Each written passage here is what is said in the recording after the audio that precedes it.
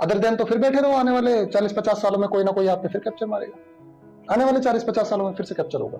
अगर इस तरीके की परिस्थिति रही तो स्कूल के बच्चे, आप किसी भी कॉलेज के बच्चे से देखो, डिबेट करो उससे, किसी भी स्कूल या कॉलेज के बच्चे को पकड़ लो, कितना डिबेट कर पाएगा आपसे? बुक से आगे निकल ही नहीं पाएगा वो, क्योंकि थिंकिंग ही नहीं है उसकी। जब तक आप चीजें रटते रहोगे तब तक आपका थिंकिंग लेवल डेवलप नहीं हो सकता। तो अगर आपको देश को डेवलप करना है, जो आप कह रहे हो कि हमारे पास थिंकिंग लेवल है, सारी चीजें, हमारे नेता बनने कितने दे रहे हैं? एजुकेशन सिस्टम कैसा इंप्रूव किया हुआ है इन्होंने, रिसर्च कितनी है हमारे देश में, और उसके अलावा कितने पेटेंट्स कराते हैं हम देश के अंदर। कहते हैं कि हर बच्चे से कहा जाता है तुम फर्स्ट, सेकंड या थर्ड आओ। टीचर खुद कहते हैं ये बात कि तुम इस लेवल पे आओ। क्यों? बाकी जो बच्चे हैं 47 बच्चे के, वो किसी काम के नहीं है। फर्स्ट, सेकंड, थर्ड आने वाले बच्चे ही काम के हैं बस। चीजें आपको छोड़नी पड़ेंगी, आपको डेवलप होना पड़ेगा, बेहतर आपको अपने आप को बनाना पड़ेगा। कोई दूसरा देश आपको बेहतर बनाने नहीं आएगा। तो मेरे विचार से तो इंडिया काफी बेहतर रह सकता था। जरूरत थी बस 2-3 चीजों की। मैं आज भी कहता हूँ, हालांकि कई कंट्रोवर्सी कर देंगे इस चीज पे, मैं कहता हूँ अपने वेदों को मानना, मतलब मैं ये नहीं कह रहा कि पूरा मानना छोड़ दो, वेदों की कुछ बातें मानना छोड़ दो। आप ये बात भूल जाओ कि सब कुछ वेदों में है, बस कुछ, बहुत कुछ नहीं है वेदों में। आप इस स्टेटमेंट को छोड़ दो, सब कुछ वेदों में है। जितने भी अगर आपको ये नेता ये ध्यान दिला रहे हैं कि सब कुछ वेदों में, ये हमारे पीछे रहने का कारण है। टेक्नोलॉजी कहां से आएगी आप मुझे बताओ? वे टेक्नोलॉजी देंगे आज के टाइम पे, वेदों में सिर्फ फिलॉसफी है। लेकिन यहाँ के कुछ मूर्ख नेता ऐसे हैं जो कि अपना राज चलाने के लिए बस ये बनाए बैठे हैं और जनता उन्हें माने बैठी है। ये प्रॉब्लम्स है। तो अगर इंडिया सिर्फ टेक्नोलॉजी पकड़ ले, टेक्नोलॉजी में आगे चला जाए और अपनी पॉलिटिक्स को बेहतर बना ले और इंटरनल पॉलिटिक्स में अगर ना उलझे, मैं कहता हूं इंडिया आज भी वर्ल्ड लेवल पे पावरफुल बन सकता है। ज्यादा नहीं, 20 साल लगेंगे, मैक्स टू मैक्स 20 साल, उससे ज्यादा टाइम नहीं लगेगा। किसी भी देश को पूरे तरीके से डेवलप किए जाने के लिए, जहां तक मैं समझता हूं, 20 साल से ज्यादा का समय नहीं लगता किसी भी जगह को इंप्रूव करने के लिए। वर्ल्ड लेवल पे भी 20 साल इज मोर देन इनफ। ये काम दुनिया में एक ही इंसान करता है जो सबसे ज्यादा गाली खाता है इस दुनिया में, हिटलर। पूरा देश जर्मनी तबाह हो गया था, 20 सालों के अंदर उसने इतना डेवलप कर दिया अपना देश कि फिर से वो वर्ल्ड वॉर करने के लिए तैयार हो गया। Hitler was the only person जिसने ये काम किया है। हालांकि कई लोग मुझे क्रिटिसाइज कर सकते हैं इस चीज पे, करें, कोई दिक्कत वाली बात नहीं है। लेकिन जिस लेवल पे हिटलर ने काम किया, तो मेरा जो मानना है, कोई भी देश, ये कितना भी बड़ा देश हो, उसको डेवलप करने के लिए 20 साल इज इनफ टाइम। जो टेक्नोलॉजी हमारे पास है और जो चीजें हमारे पास है, 20 साल लगेंगे सिर्फ डेवलप करने में। लेकिन ऐसे जो स्टेटमेंट देने वाले लोग हैं ना, सबसे पहले इनको जेलों में डालो। सबसे पहले ये इनका मुंह बंद करने की जरूरत है। सबसे पहले सोनम वांगचुक जैसे लोगों को जेल से निकालना पड़ेगा और ऐसे लोगों को जेल में डालना पड़ेगा। वो हिमांशु त्रिवेदी करके कोई है इंसान, ऐसे लोगों को डालना पड़ेगा जेल में। तो सबसे पहले से गधों को जेल में डालना पड़ेगा आपको, तब जाके हमारा देश जो है ना वो उस लेवल पे पहुंचेगा। तो ये क्या कहते हैं कि सब कुछ वेदों में लिखा हुआ है? जब सब कुछ वेदों में लिखा हुआ तो टेक्नोलॉजी क्यों नहीं आगे बढ़ पा रही? ये इतने बड़े, मतलब वो लोग हैं, मतलब आईफोन ने ऑरेंज कलर में अपना फोन लॉन्च कर दिया और ये खुशी मना रहे हैं कि देखो अब भगवा रंग इस पे भी आ गया। तो ऐसे लोग देश को आगे बढ़ाएंगे? ध्यान रखना, देश के सबसे बड़े जो दुश्मन है वो यही है। और देश के छोड़ो, ये मानवता के ही दुश्मन है, ये जो पुराने इतिहासों में सारी चीजें ढूंढ रहे हैं। ऐसा कुछ भी नहीं होता, ठीक है? तो सबसे पहले इन ऐसे स्टेटमेंटों को बंद करो। सोनम वांगचुक जैसे लोग जो है उनको अप्रिशिएट करो और उसके बाद टेक्नोलॉजी में आगे बढ़ो। तो निकालो सोनम वांगचुक जैसे लोगों को बाहर, क्योंकि ये देश ये लोग टेक्नोलॉजी को आगे लाएंगे। ये लोग जो है सोनम वांगचुक जैसे लोग टेक्नोलॉजी देंगे देश में, ये चीजें बताएंगे कि टेक्नोलॉजी में कैसे आगे बढ़ा जाता है। ना कि ये सुधांशु त्रिवेदी जैसे लोग, या वो जो उन्नाव केस में जो रेपिस्ट बाहर छोड़ा गया है, जेल में डालो ऐसे लोगों को। भारत तब जाके उस लेवल पे आगे बढ़ेगा, ठीक है? अदर देन तो फिर बैठे रहो, आने वाले 40-50 सालों में कोई ना कोई आप पे फिर कैप्चर मारेगा। आने वाले 40-50 सालों में फिर से कैप्चर होगा। अगर इस तरीके की परिस्थिति रही तो आप क्या सोच रहे हैं? अब जैसे कि आप फोन हम सभी इस्तेमाल करते हैं, है ना? गूगल कहाँ है? यूएसए का। फोन कहाँ बन रहे हैं? चाइना में। लैपटॉप कहाँ बन रहे हैं? चाइना में। सारी टेक्नोलॉजी की चीजें कहाँ है? चाइना या यूएसए या किसी जापान से आ रही है। हम क्या बना रहे हैं? हमारे हर घर में ऐसी कोई जगह नहीं है जहां पे चाइनीज या अमेरिकन प्रोडक्ट अवेलेबल ना हो। इंडिया के कितने प्रोडक्ट मिलेंगे? तो देश गुलाम नहीं बनेगा तो क्या बनेगा? जब खुद का ही सामान नहीं बनाओगे उस लेवल का, खुद नहीं खरीदोगे, तो कहां से आपकी इकोनॉमी ग्रो होगी? सिंपल सा तो ये रीजन है। तो अगर आपको फिर से वही परिस्थिति बनानी है जैसे पहले हुई थी, तो करते रहो वही, ढूंढते रहो वेदों में ज्ञान, बनाते रहो कागजी सोने की चिड़िया। और अगर असली सोने की चिड़िया बनानी है, बढ़ो टेक्नोलॉजी में आगे, करो अपने आप को पॉलिटिकल साउंड, वर्ल्ड लेवल पे करो अपने आप को इंप्रूव, अपनी एजुकेशन को रिसर्च अच्छी डालो, गलत चीजों को हटाओ अपने पास से, और देखो इंडिया कैसे डेवलप होगा। 20 साल में गारंटी दे रहा हूं आपको। एक बार रिसर्च और डेवलपमेंट करके तो देखो देश में, 20 साल का मैं टाइम कह रहा हूं। 20 साल के अंदर भारत उतना डेवलप हो जाएगा जितना शायद ही कोई देश हो। वर्ल्ड लेवल पे बैठ सकता है भारत 20 सालों, लेकिन इतना बड़ा विजन रखने के लिए हमारे नेताओं को भी वैसा बनना पड़ेगा, या ऐसे लोग भेजने पड़ेंगे वहां पे जिनका इतना बड़ा विजन हो। अगर विजन नहीं है किसी का तो वो देश को कभी आगे लेके नहीं जा सकता। हमारे यहाँ पे विजन 50-50 सालों का देते हैं, लेकिन काम कुछ होता नहीं उस पर, तो कहां से चीज हो। जिस टाइम पे भारत में ऐसे सोने के आपने बताया क्या थे, उस टाइम पे भारत में किसी तरह का अंपायर थे। हाँ, किंगशिप ज्यादा थी, मुगल्स तक तो आप कह सकते हो किंगशिप थी भारत में। हाँ। लोग जो मतलब बहुत वही चीज आज हम चले गए हैं, पैसा चले गए और आइडिया भी सोच रहा भारत में पैसे दी जाती है उस लेवल पे। आज ये जब आइडिया हमारे पास कुछ हमारा संविधान हमारे पास अच्छी चीजें हैं, सब डेवलप की आज भी विकसित देशों में, विकसित देशों में आता है। ठीक है,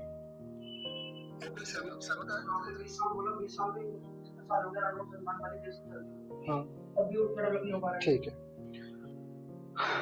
देखो, जो आपने ये बात बोली है ना कि देश आज भी उतना डेवलप क्यों नहीं है, भारत के पास तो आप थिंकिंग है, खुद का कॉन्स्टिट्यूशन है, खुद एक अच्छी कंट्री है, ब्रिटिशर्स के जाने के बाद भी इतना इम्पैक्ट क्यों नहीं आया।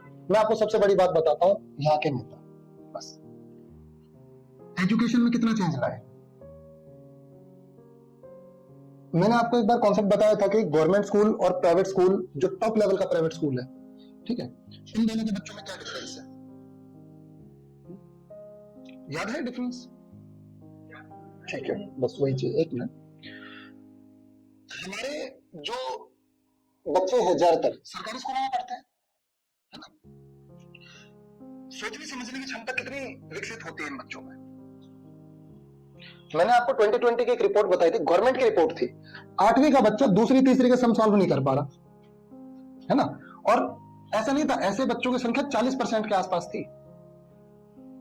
आज भी मैं स्कूलों में जो बच्चों को देखता हूँ, रिसर्च करता हूं उस पर कि बच्चे कहां तक डेवलप है। कई टीचरों से मेरी बात होती है, खुद बताते हैं कि 10वीं का बच्चा लिखने के लिए एलिजिबल नहीं है आज के टाइम पे।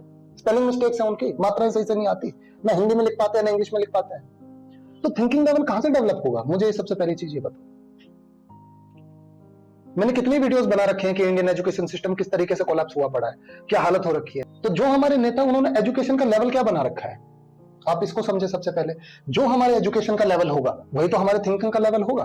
आप किसी बच्चे को एक थॉट प्रोसेस पे कोई क्वेश्चन देके देखिए, आपको अपने आप पता चल जाएगा। मैं बता देता हूं यहाँ के बच्चों की ड्रीम क्या है कि हम यूपीएससी क्लियर करेंगे, लेकिन जब यूपीएससी पढ़ाने की बात होती है कहते हैं हमारे पास टाइम नहीं है। ये बच्चों की थिंकिंग है। क्या क्या अफसर बनेंगे वो लोग, बिजनेसमैन बनना है लेकिन बिजनेस की चीजें नहीं करनी है, ये हमारा थिंकिंग है।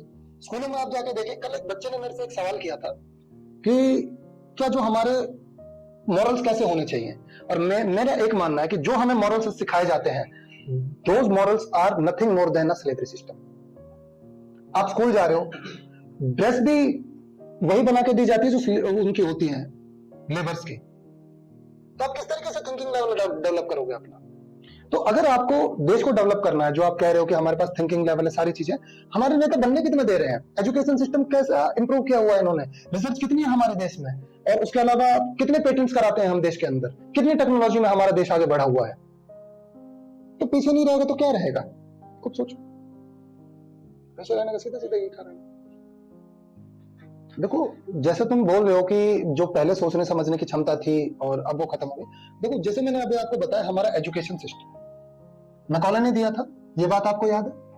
हमारा एजुकेशन सिस्टम मैकॉले का है, आज भी मैकॉले का ही सिस्टम चलता है। आपको क्या लगता है कि आज मैकॉले का सिस्टम नहीं है? आज प्योरली मैकॉले का सिस्टम है। चलो मैं एक छोटी सी बात बताता हूं आपको। अगर कोई बच्चा मैथ्स में स्ट्रांग नहीं है तो क्या उसको जबरदस्ती मैथ्स पढ़ाया जाना चाहिए? मैं नहीं मानता। अगर किसी बच्चे का एसएसटी में उतना माइंड नहीं है, हिस्ट्री में नहीं पढ़ना चाहता, तो उसको क्यों जबरदस्ती हिस्ट्री पढ़ाया जा रहा है? किसी बच्चे का ज्योग्राफी में इंटरेस्ट नहीं है, क्यों उसको पढ़ाई जा रही है? किसी का पॉलिटिक्स में अगर इंटरेस्ट नहीं है, क्यों पढ़ाई जाए? क्यों ना उसे स्पेसिफिक उसी लेवल की नॉलेज दी जाए। और ये क्यों बताया जाए कि आप पॉलिटिक्स पढ़ रहे हैं? नहीं, ये क्यों ना बताया जाए कि ये आपके लिए बेहतर होगा। एजुकेशन को एक होल क्यों नहीं कर देते हम? जो ह्यूमन डेवलपमेंट के लिए जो भी एसेंशियल चीजें हैं वो सारी डाल दो उसमें याद कराने की क्या जरूरत है? जो भी एक एसेंशियल है उसको डाल दो कि हाँ भाई ये एक ह्यूमन डेवलपमेंट के लिए बेटर है, और माइंड ओपनिंग के लिए जो चीजें हैं वो डाल दो, बात खत्म करो। लेकिन हमारे यहाँ जबरदस्ती ज्योग्राफी, जबरदस्ती पॉलिटिक्स, जबरदस्ती हिस्ट्री, जबरदस्ती बच्चा मैथ्स पढ़ रहा है, जबरदस्ती बच्चे को साइंस दी जा रही है। जो बच्चा आप 11th में देख लो, जिस बच्चे को वो कहता है मुझे साइंस में इंटरेस्ट है, अगर उसका बाय डिफॉल्ट अगर एसएसटी में नंबर कम आ गए तो उसका एक परसेंटेज गिर जाता है, उसको साइंस नहीं देंगे। क्यों? मैंने कई बार देखा है, स्कूल्स में ही देखा है, बच्चा कहता है कि सर हमें इकोनॉमिक्स स्टडी करनी है, टीचर खुद मना कर देंगे नहीं तुम इकोनॉमिक्स मत लो, इकोनॉमिक्स में मैथ्स है। अरे उतनी भी बड़ी मैथ्स नहीं, तुम पढ़ने तो दो से, 1-2 साल फेल हो गए, क्या हो गया? थिंकिंग लेवल तो यही खत्म कर देते हैं। आप क्वेश्चन करते हो, क्वेश्चनों का आंसर नहीं मिलते, थिंकिंग लेवल तो यही खत्म हो जाता है ना। और दूसरे लेवल पे क्या करते हैं, एजुकेशन सिस्टम आज तक क्यों नहीं बदला सरकार ने, क्यों नहीं लाया उस टाइप का एजुकेशन सिस्टम जिससे कि बच्चों की थिंकिंग एनालिसिस बढ़ सके। गवर्नमेंट स्कूलों के हाल देखे आपने, क्या हालत होती है। मार्क्स सिस्टम पे जब तक आप भागते रहोगे, ठीक है, मार्क्स पे कभी आप डेवलप नहीं कर पाओगे। आज भी मार्क्स पे भागते हैं। मैं चलो एक छोटी सी बात कहता हूं, एक क्लास के अंदर 50 बच्चे होते हैं एवरेजली, मैं मानता हूं, ठीक है, इंडिया के अंदर एक क्लास में 50 बच्चे मिलेंगे। कहते हैं कि हर बच्चे से कहा जाता है तुम फर्स्ट, सेकंड या थर्ड आओ। टीचर खुद कहते हैं ये बात कि तुम इस लेवल पे आओ। क्यों? बाकी जो बच्चे हैं 47 बच्चे के, वो किसी काम के नहीं है। फर्स्ट, सेकंड, थर्ड आने वाले बच्चे ही काम के हैं बस। अगर कोई बच्चा स्पोर्ट्स में अगर अच्छा है तो उसको स्पोर्ट्स में ये कह देंगे तुम तो खराब हो, लेकिन जो बच्चा पढ़ाई कर रहा है फर्स्ट, सेकंड, थर्ड आ रहा है वो बहुत अच्छा है। क्यों? फिर यही क्यों एक अच्छा नहीं है, ये क्यों अच्छे हैं, ये दोनों क्यों अच्छे हैं, ये दोनों भी तो इससे पीछे हैं, इनको क्यों अच्छा बना रहे हो आप, किस भी आप पे अच्छा बना रहे हो? तो इन बच्चों का थिंकिंग लेवल कम नहीं होगा तो क्या होगा, क्योंकि इनका जो थिंकिंग लेवल होगा वो रेस में आ जाएगा कि मुझे फर्स्ट आना है, और फर्स्ट आने के लिए फिर चीजें रटनी पड़ेंगी, और जब चीजें रटेंगे तो थिंकिंग लेवल खत्म, रटने से ही सारा थिंकिंग लेवल खत्म हो जाता है। यहाँ पे आप बैठे रहते हो मेरे पास, है ना, मैंने कितनी चीजें आज तक आपको याद करने को दी है, नहीं दी, लेकिन आपको तब भी सब याद रहता है। प्रेशर नहीं है यहाँ पे, बिना प्रेशर के भी कितने आप आगे निकल जाते हो। आप खुद डिबेट करके आ जाते हो दूसरे लोगों से, क्यों? मैंने कितना बोला कि आपको याद करो उस चीज को। स्कूल के बच्चे, आप किसी भी कॉलेज के बच्चे से देखो, डिबेट करो उससे, किसी भी स्कूल या कॉलेज के बच्चे को पकड़ लो, कितना डिबेट कर पाएगा आपसे? बुक से आगे निकल ही नहीं पाएगा वो, क्योंकि थिंकिंग ही नहीं है उसकी। जब तक आप चीजें रटते रहोगे तब तक आपका थिंकिंग लेवल डेवलप नहीं हो सकता। और हमारे यहाँ जो लोग पड़े रहते हैं मार्क्स के पीछे, मार्क्स लाने के लिए रटना one of the most compulsory impact है। और जहां 2-3 साल बच्चे ने रटना सीख लिया, वहां फिर उसकी थिंकिंग खत्म हो जाती है, फिर आप उसे थिंकिंग में शायद ही कभी चेंज कर पाओ, उसको रटने की हैबिट हो जाती है, और रटा हुआ इंसान कभी भी थिंकिंग बढ़िया नहीं कर पाता। ये प्रॉब्लम है हमारे देश में, नेता होने नहीं देते, पेरेंट्स मार्क्स के पीछे पड़े रहते हैं, बस पता नहीं चीजें क्या है, और फिर कहते हैं कि भारत पिछड़ते जा रहा है। अरे जब तुम कुछ सोचोगे ही नहीं नया, तो कहां से तुम आगे बढ़ोगे, कहां से चीजें करोगे? बस कॉपी पेस्ट करोगे तो कब तक करते रहोगे कॉपी पेस्ट? तो कॉपी पेस्ट ही अगर आपको करना है तो फिर बने रहो ऐसे जैसे चल रहे हो, फिर तो देश ऐसे ही चलेगा जैसे आप बोल रहे हो, फिर उसमें कोई समस्या थोड़ी है।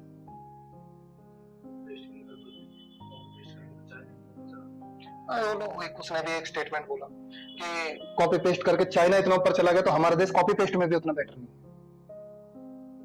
ये है हमारा देश, सच्चाई। और ये वीडियो अगर वायरल हुआ बाय फॉल्ट, मैं श्योर कहता हूं आपसे, कितना क्रिटिसिज्म झेलूंगा मैं श्योर कहता हूं आपसे, क्योंकि यहाँ पे सच्चाई झेलने की क्षमता नहीं है ना हमारे देश के लोगों में। यहाँ पे झूठ दिखावा ये पसंद करते हैं। यहाँ बस इज्जत बचा लो, यहाँ देश में बचा लो इज्जत। कब तक बचाते रहोगे? कोई ना कोई आके आपकी लूटेगा ही, डेफिनेटली बेझिझक है। यहाँ पे टीचर को बस शरीफ होना चाहिए। क्यों? जब तक टीचर ही क्यों शरीफ रहे? हमारे जैसे एग्रेसिव क्यों नहीं हो सकता टीचर? यहाँ पे एग्रेसिव टीचरों से बच्चे पढ़ाने पसंद नहीं करते, क्योंकि एग्रेसिव टीचर क्या करता है, बच्चे के अंदर थिंकिंग डेवलप कर देता है। अब जब थिंकिंग डेवलप होती है तो वो कई चीजों को कहता है कि नहीं वो चीजें गलत है, आप वो मत करो, पेरेंट्स को उसमें इज्जत चली जाती है। इंडिया पूरा इज्जत पे तो जी रहा है। हरिशंकर परसाई को सुना होगा कभी आपने? और सीधे कहते हैं भारत की आधी क्षमता तो इज्जत बचाने में जा रही है, जिसमें मुख्यतः महिलाओं की इज्जत बच रही है शादी कराने में। हरिशंकर परसाई का स्टेटमेंट है, मेरा नहीं है, कभी मेरा बोलो। कंट्रोवर्शियल हो सकता है, जो हो मैटर नहीं है, बट रियलिटी यही है। चाइना ने नहीं बचाई ऐसी इज्जत है।